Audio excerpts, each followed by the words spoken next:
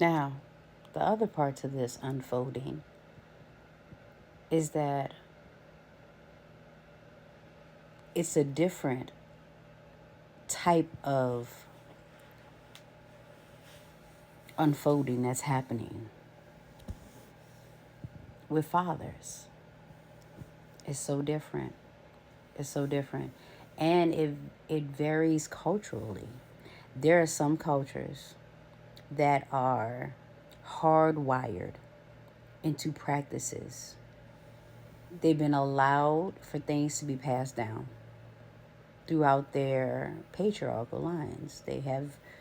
It's been happening. You see that in, foreign countries.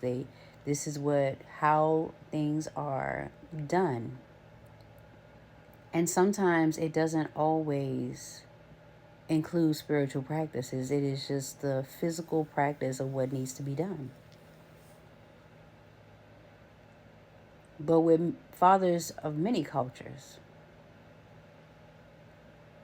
there is a masking. Some masks are suppressive, some masks are oppressive, and some masks give the illusion of power. It's an illusionary mask, which makes them a host for these parasites that is used to destroy the matriarchal lines. It just looks like it's something I've never seen before.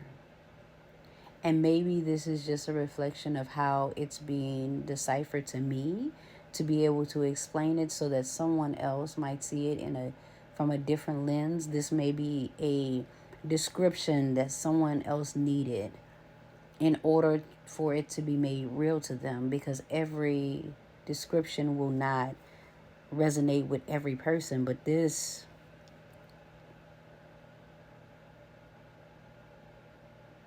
is so much bigger.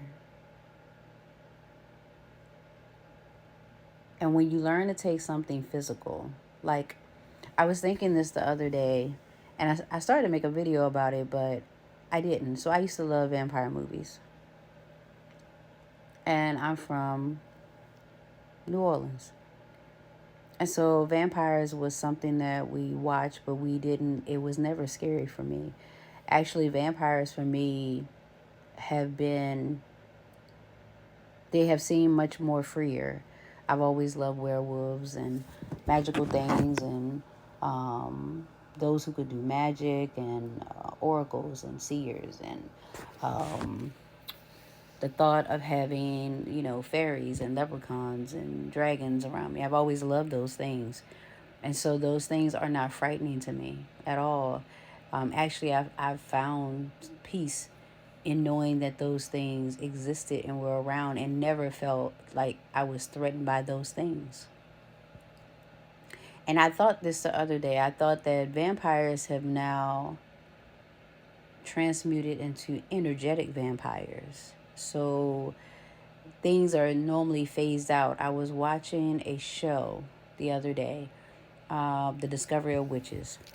And towards the end, what they figured out was that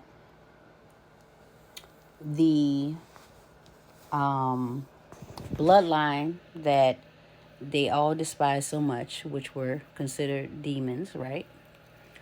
They hated the demons. They thought that they were the lowest on the totem pole.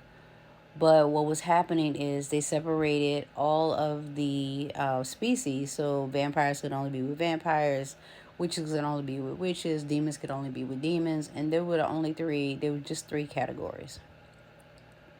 And what they found is that when the witches and the vampires and the demons stopped dating each other, crossbreeding, that the vampires and the witches started losing their power.